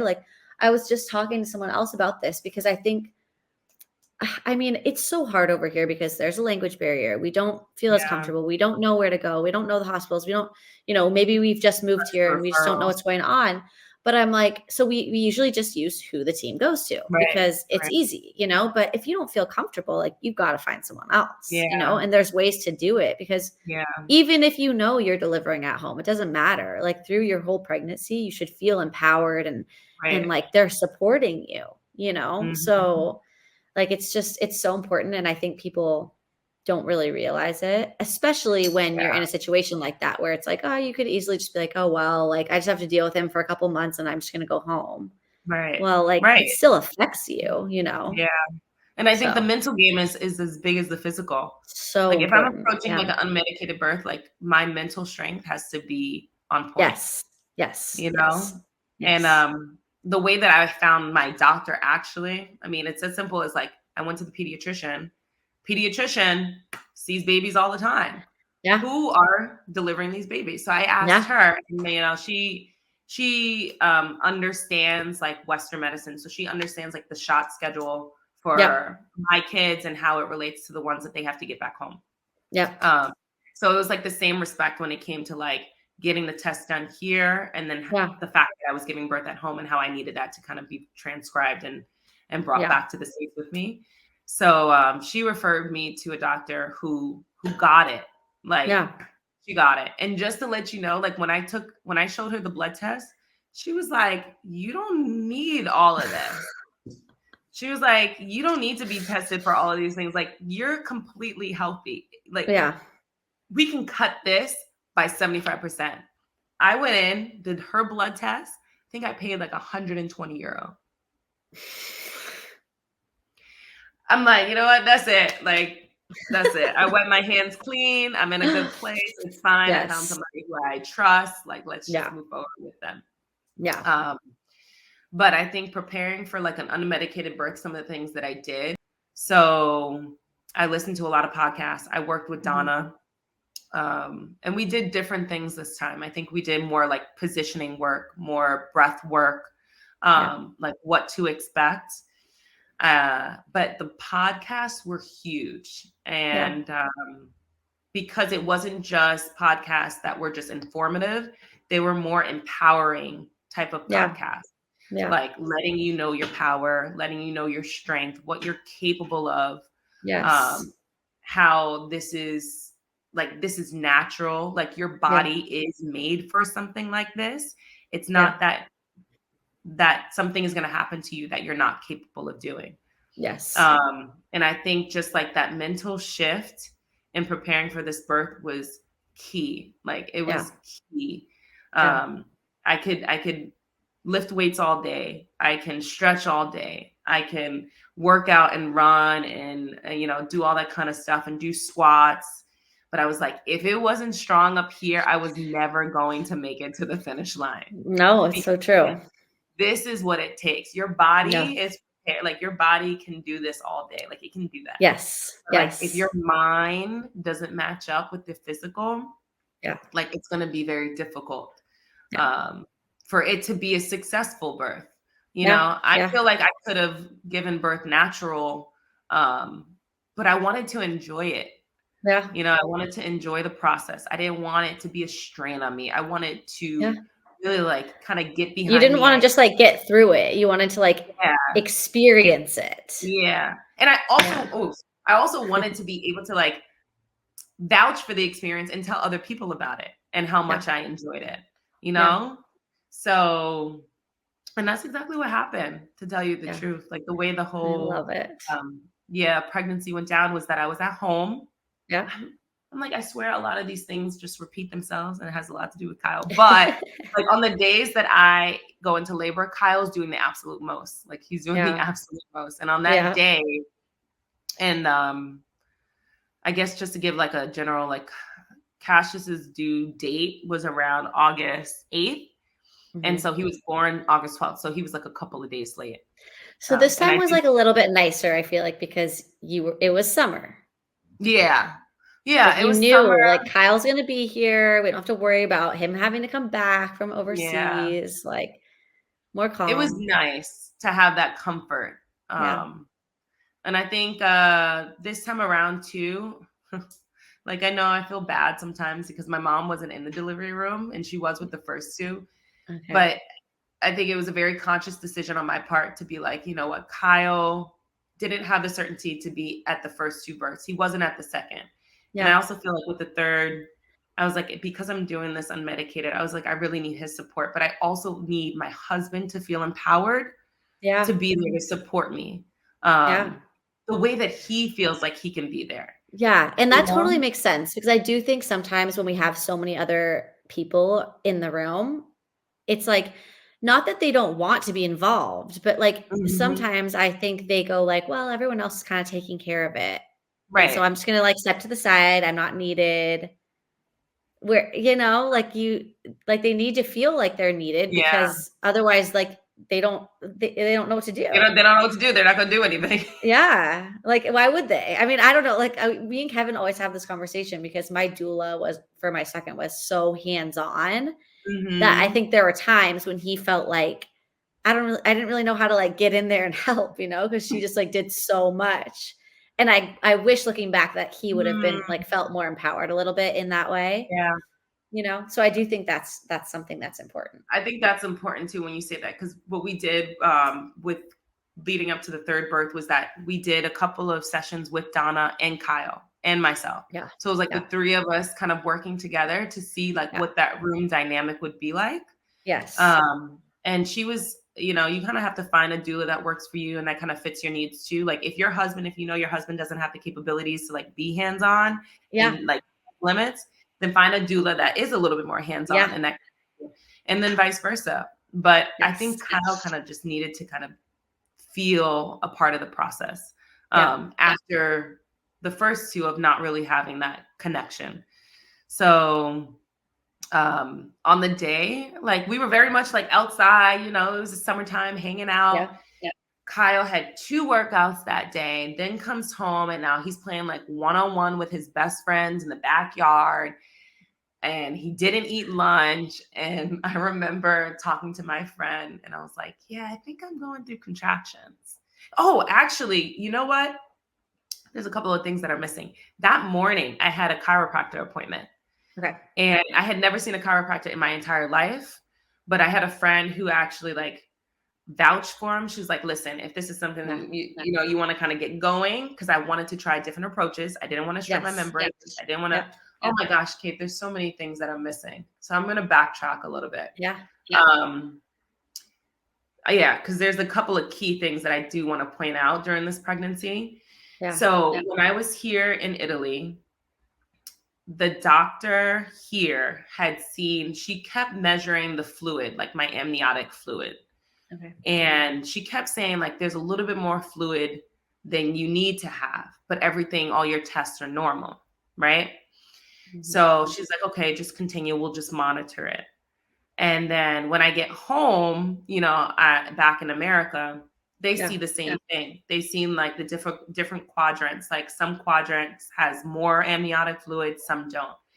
But because of that, they just had me continue to come in a little bit. I think I had to come in like once or twice a week to do stress tests for the baby. And then they said like, we can't let you go past a certain date because of this like little bit higher level of amniotic fluid. But by the time I was like nearing my due date, all the fluid levels were normal. Okay. So everything went back to normal. Everything was fine. So they didn't have to induce me. I go in for my last checkup and Cassius was turned a little bit. So he was like, kind of like his head was kind of hanging on my right hip. And prior to that, he was like in a good delivery position. And so when they saw that, they were like, so when do you want to give birth? I was like, oh, I'm just trying to like approach this naturally. Like, I don't want to force anything to happen. They said, oh, we can schedule an appointment tomorrow and go in and manually turn the baby. And then we can just induce you. And then you can have the baby tomorrow. I was like, nah. You're not doing that to me. I was like, nah. I was like, actually, no, we'll just wait. They're like, are you sure you want to wait? I was like, yes. They were like, well, we can't let you go past a certain date. I was like, that's fine. And then over the weekend, I worked with Donna. She came in on Saturday. She came in on Sunday. And we did different positions, like inversions and things like that to naturally have Cassius go into position. I had an appointment set for Monday. And they were like, if the baby hasn't turned by Monday, we're going to have to induce you. I go in for that appointment. And Cassius turned and he's like in the perfect position to give birth. And I was like, booyah, like in your face. I did this myself. No, you didn't have to manually turn my baby. You didn't have to put any hands up there. Yes. But I like felt so proud in that moment. From like the first time to this time, I was like, I advocated for myself based on, the things that I've read, the podcasts that I've listened to, the people that I've reached out to, my resources. Like I knew what I was talking about this time. And then like the day of the delivery, I went to go see a chiropractor, and he did a little bit of adjustments, and I'm not sure if that kind of put things into motion anyway, but it was a more natural approach, which I appreciated. Yeah. So I think that chiropractic is actually can be so beneficial during pregnancy, especially for people where like what you're talking about, like their baby's not in like the super ideal position. I think they're like the chiropractors are really great at like helping them get rotated and ready. And I think and a lot of doulas will like I mean, just based on, who I've talked to and what I know and stuff, it's very common for them. One, a lot of doulas are also chiropractors, like prenatal chiropractors. But then also, or they have like relationships with prenatal chiropractors. Same with like acupuncture. Those two, I think, are things where if you work with a doula, they'll often recommend, especially if you're trying to go unmedicated or you're trying not to get induced and stuff like that. Those are definitely two things that I think are good things to try to help get the process going, but like in a natural way, Yeah. I think it definitely helps for me, for sure. Yeah. So I love that. Okay. So you saw the chiropractor and you went so I saw the chiropractor, went about my morning, and then it was around, I'm trying to like gauge the time because, I think it was maybe around like dinner time, 6-7 o'clock. And Kyle's like outside playing basketball with his friends, like one-on-one, joking around. And I tell my friend, I'm like, okay, I think I'm having contractions. And so she gets really excited. And so she like gets her kids and her family. She's like, we're going home so they can focus. Like she gets it. She's like, you guys need to shut down. She tells me, she's like, shut down the house, Gianna, kick everybody out and focus. And I tell Kyle, and now Kyle, like, he has to shower, he has to eat. I'm like, no. Like, I'm in labor. Like, this is happening. But I was very much in control of it this time around. Yeah. Which was great. Yeah. I went upstairs. It was one of those things where it's just like, you kind of know, and you set your expectations, you set the mood. So I went upstairs to my room, which I feel, probably the most comfortable in. My mom had the other 2 kids. So she was like taking care of them and doing bedtime, because all of this was kind of happening around like 9-10 o'clock at night. And, I was on the ball. I was in different positions. I wasn't bouncing on the ball. Like a lot of the movements were a little bit more fluid. Opening up my legs. I think the biggest takeaway that that still stays with me, like when going through contractions, that I listened to some podcasts, I really do have to find it because it was great, was that when a contraction happens, like when it comes on, like you literally just let all of your muscles relax.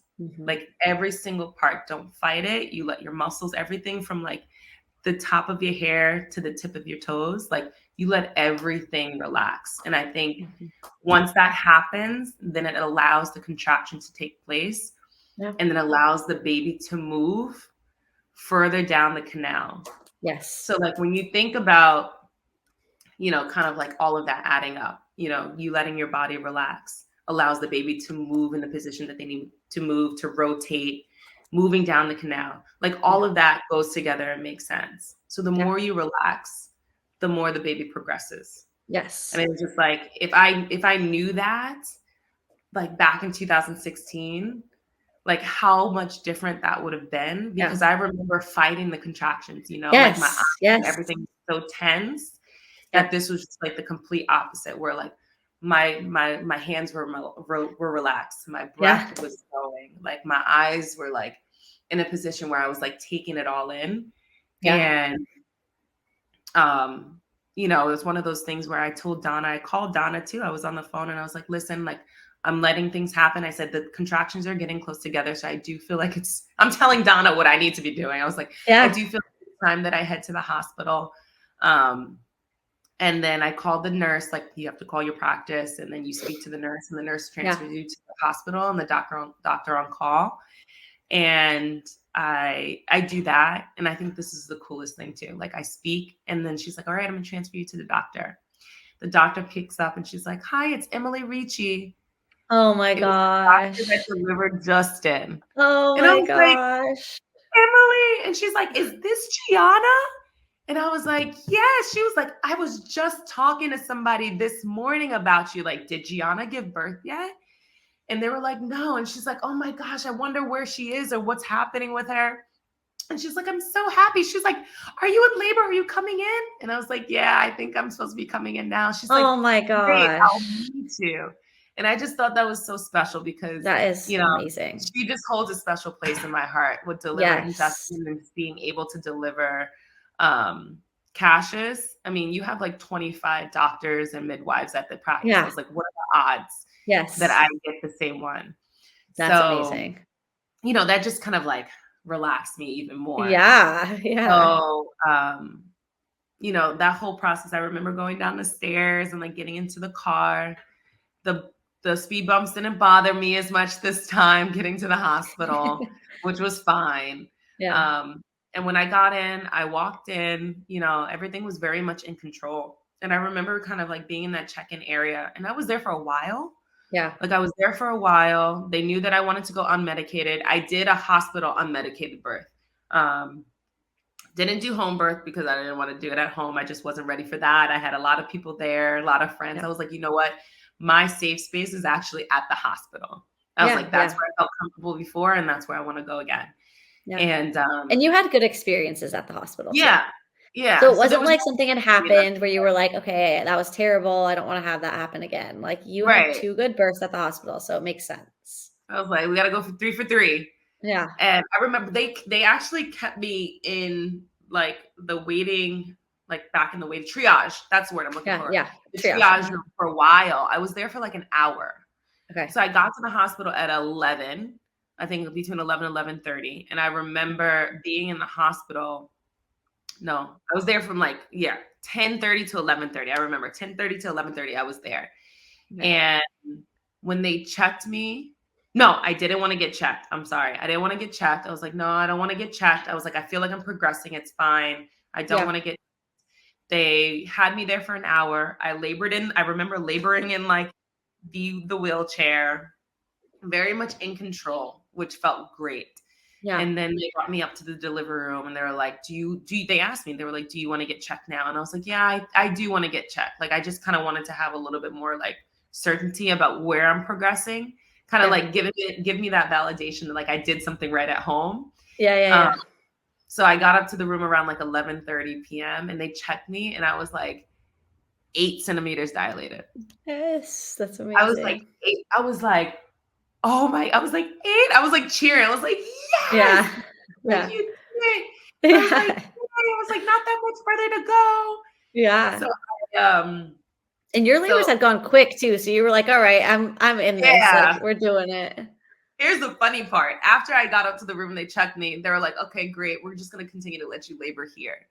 Yeah. Donna was like, okay, awesome. I'm going to go grab a coffee, get situated. So she left, right? She left to go get coffee. And I was like, Kyle, they had a ball in the room, which was too small for me. I was like, Kyle, can you go get my ball and the bags and the pill in the car? He left to go get the stuff from the car. Oh. The nurse was like, okay, great. You seem like you're in control. I'll be right back. I'll check on you in a little bit. She left. So now I'm in the room by myself, Kate, and I'm like laboring, and I'm like the noises that come out is just like very animalistic, all that kind of stuff. You just let it flow, you let it go. Yeah. And I remember like being on the side of the bed, just like sitting on the side of the bed. I kind of wasn't in any position at this point. I didn't have the ball that I had. So I was just like in the bed and I was just kind of like rocking and like taking the contractions as they come. And then Donna comes back in. She lays her Starbucks cup like right on the table. And she's like, Gianna, is everything okay? And I was like, I think I'm going to throw up. And so the nurse comes back in at that point. Kyle's still getting the bags from the car. The nurse comes in and I was like, I think I'm going to throw up. So as I throw up, I do throw up. Yeah. My water breaks. So like I throw up, my water breaks all at the same time. I hear the nurse, it's like almost like everything just shut down, but I hear the nurse say, she's transitioning. Mm-hmm. That like gave me so much power because I remember like keywords, like transitioning was a keyword that I took from a podcast, and it was just like the moment that you're transitioning is the moment that you're going to have to start to push. Like you've reached 10 centimeters, now it's time to like turn, and now it's time to like push. It's like, it's go time now. So that actually made me excited because I was like, I did what was like kind of like the hard part, the hardest part, I got to that point. Yeah. So she's like, okay, let's get you in pushing position. Kyle comes back in the room with all the bags. He has the bag over here, the pillow, the ball. We're like, dump it on the ground, Kyle. We don't need it. We don't need it. We're done. Anyway. So he's like, what? He's like, he just sees everybody trying to like prepare and get ready. The cart's coming in, everything's coming in, the cloth, the doctor's coming in. And he's like, what? That like, I just left to go to the car. So he comes back in, he grabs the leg. This is one thing too, like I wish I could have done differently, but I think at that point, like I just had no control over it. Like I knew like being on my back pushing was going to be more difficult than being in a position where I could let gravity take over, right? Yeah, yeah. But at that point, like I physically could not turn to get into that position.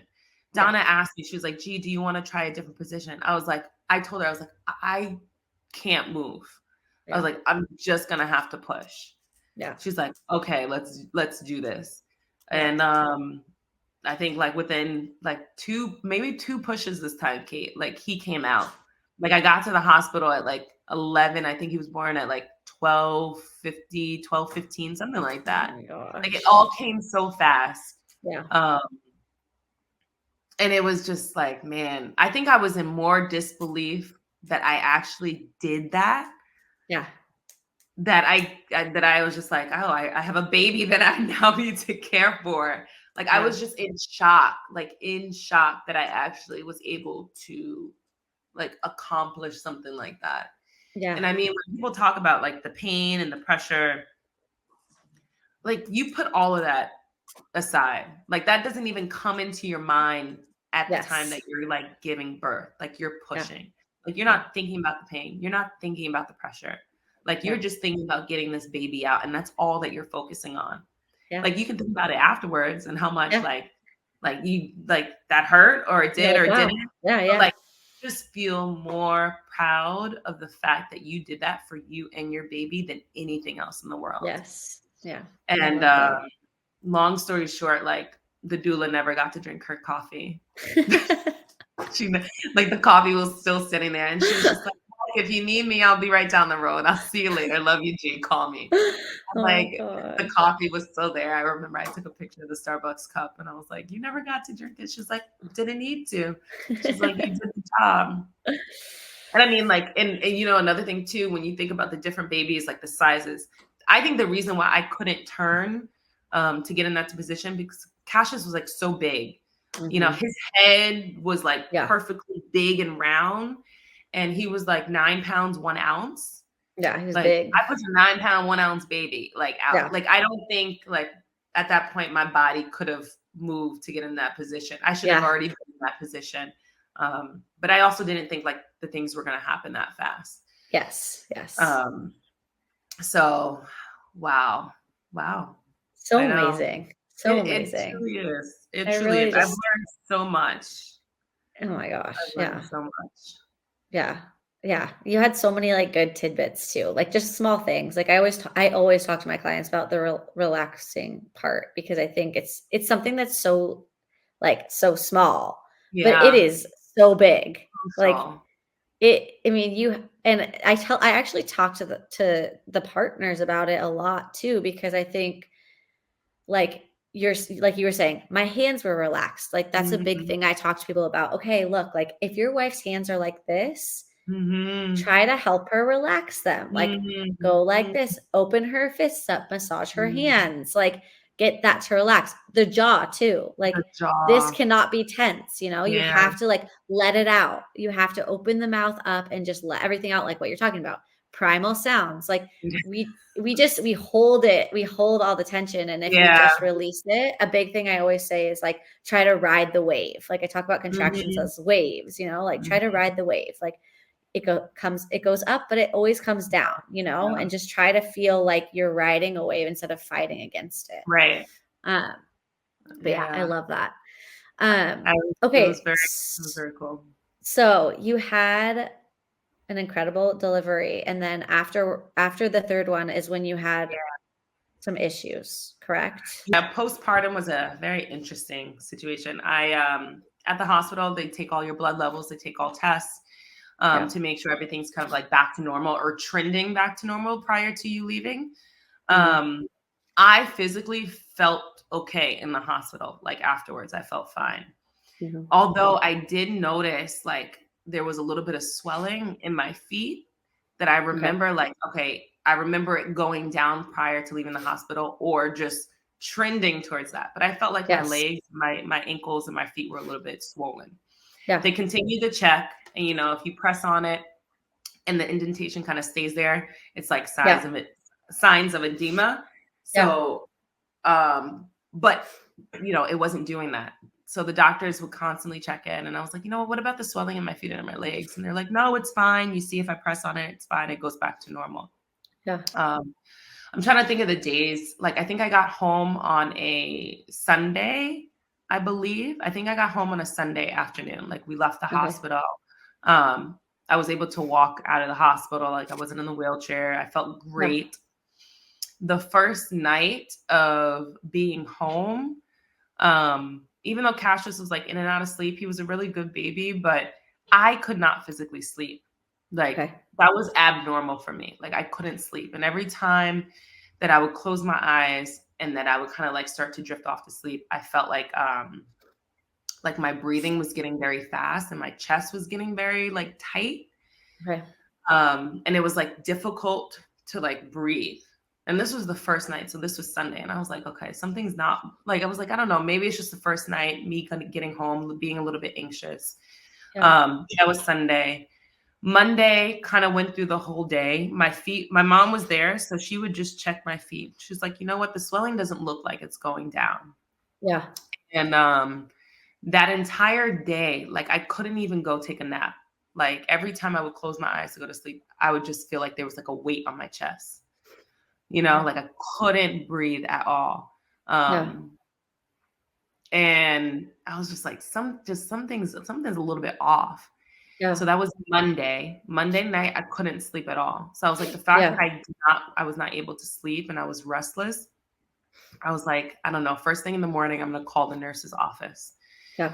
And, you know, the moment that you feel like something is not right is the moment that you just call somebody. Like, don't wait and see if something's going to happen. If you feel in the hearts of hearts that something is not right, just make a call. Just ask.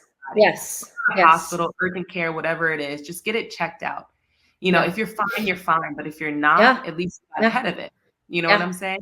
Yeah, for sure. So on Tuesday morning or Tuesday, I remember we had Cassius's first checkup at the doctor. And that morning I called the nurse at my practice, at the doctor's practice. And I was just like, you know what? Something doesn't feel right. I was like, I haven't been sleeping. I was like, my chest feels very heavy. You know, I'm short of breath sometimes. And she's like, I think you need to just go back to the hospital where you gave birth, which wasn't that far from us. And she's like, you need to go to the emergency room. Yeah.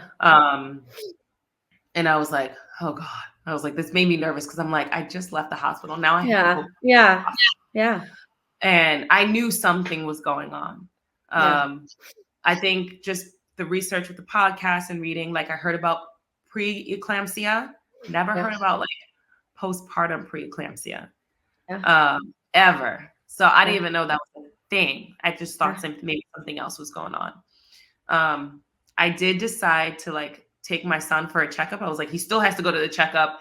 I'm his milk source. Like we still have to get this done. But then right after the checkup, we went straight to the hospital. When I got to the hospital, my blood pressure was like sky high. I can't remember the number, but it was sky high. It was like double. And obviously that's not a good sign. Yeah. So I told Kyle, and he called my mom. I got admitted to the hospital, and it was great because the emergency room was right there next to the OB center. So it was just like everything was in one place. They were like, if you're going to choose to go to the emergency room, go to the emergency room at your hotel. They have all your records. You had just left. Just go back there. Yeah. So I did. And so they took forever to find a vein too. Like, I mean, they were poking and prodding me all over the place. They were trying to go through like a vein in my foot. It took forever for them to get a vein. When they took blood levels, they found out that my liver, I think my liver counts were off. I think my liver. Okay. I have to just double check on that. And that they were abnormal. So they were like, good thing that I did come in at the time that I came in, because obviously if my blood pressure continued to get higher, I could have like had a stroke. Yeah. Which was very scary. Yeah. So at that point, I had to be admitted into the hospital. And because my son wasn't a patient, somebody had to stay with my son in the hospital, and then also stayed with me because I had to also breastfeed at the same time. Like, there was just so much going on at that moment. Yeah. And I think they put me in the high risk unit of the OB area of the hospital, and they had to give me like a magnesium infusion. Yeah. And that was really tough. I think that was very difficult. I think a lot of people were very emotional around that, like my family. To know that you just come off a high too. Like you're like, I had this amazing birth. It was incredible. Everything was great. And then now you're doing this. Yeah. So that was like a tough period, because when you're on that, you can't eat, you can't drink water. And then you're also trying to breastfeed a little bit, like a little baby. Yeah. It was just a very tough time. Yeah. But the thing is like everybody kind of, they were trying to figure out like what caused this, like what happened, me, myself, I'm like, all right, I need to find out like why did this happen? I was speaking to the doctors, and one of the midwives, actually the midwife that delivered Anya back in 2016, I saw her a lot of the times in and out of the hospital. Yeah. And I saw her prior to giving birth to Cassius, and we were checking like the levels of the amniotic fluid. Yeah. Because the levels weren't as abnormal to cause an issue or for them to take even more steps to do something else. They kind of thought like my placenta, for whatever reason, was kind of wonky. They used the word wonky. Yeah. Like either there was a different hormone coming off, or nothing that was in danger for the baby or myself, but it was just happening. Yeah. And they think because of this, like it caused the levels to fluctuate, right? Yeah. But because it always came back down to normal, they never thought it was an issue. Yeah. But what I've done before in the past that I decided to do again was to encapsulate my placenta. I did it for the other two, and I had good experiences. Mm-hmm.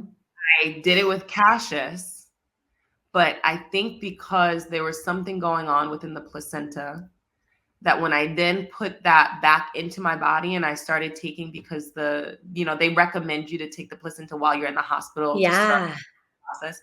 I started that the day I got it back. So it was like day 2, I guess, of me giving birth, because I started putting that back into my body. I think it kind of caused things to react a certain way, to where my liver counts were off now. My blood pressure was high. They could never determine the fact that was the cause, but it just makes sense to me. Yeah. Yeah.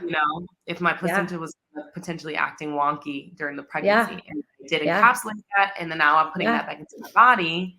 I never kind of thought like that would cause me to have postpartum preeclampsia. Yeah. To go back into the hospital. Yeah. I don't think there's a lot of studies and research behind that. And I think the doctors themselves don't really vouch for like placenta encapsulation. Yeah. Sure. There's just not enough research. Yeah. So, interesting. But yeah, regardless, everything worked out fine. I'm so blessed to be able to like be here to tell my story because I know so many women aren't. Yeah. And I think when it comes to like vouching for yourself and at like the first inclination that you think something is wrong, or you don't feel right about something, you either seek a second opinion or you ask a doctor a question. You just need to get that validation. And if they don't give you the answer that you're looking for, you continue to go until you find that answer.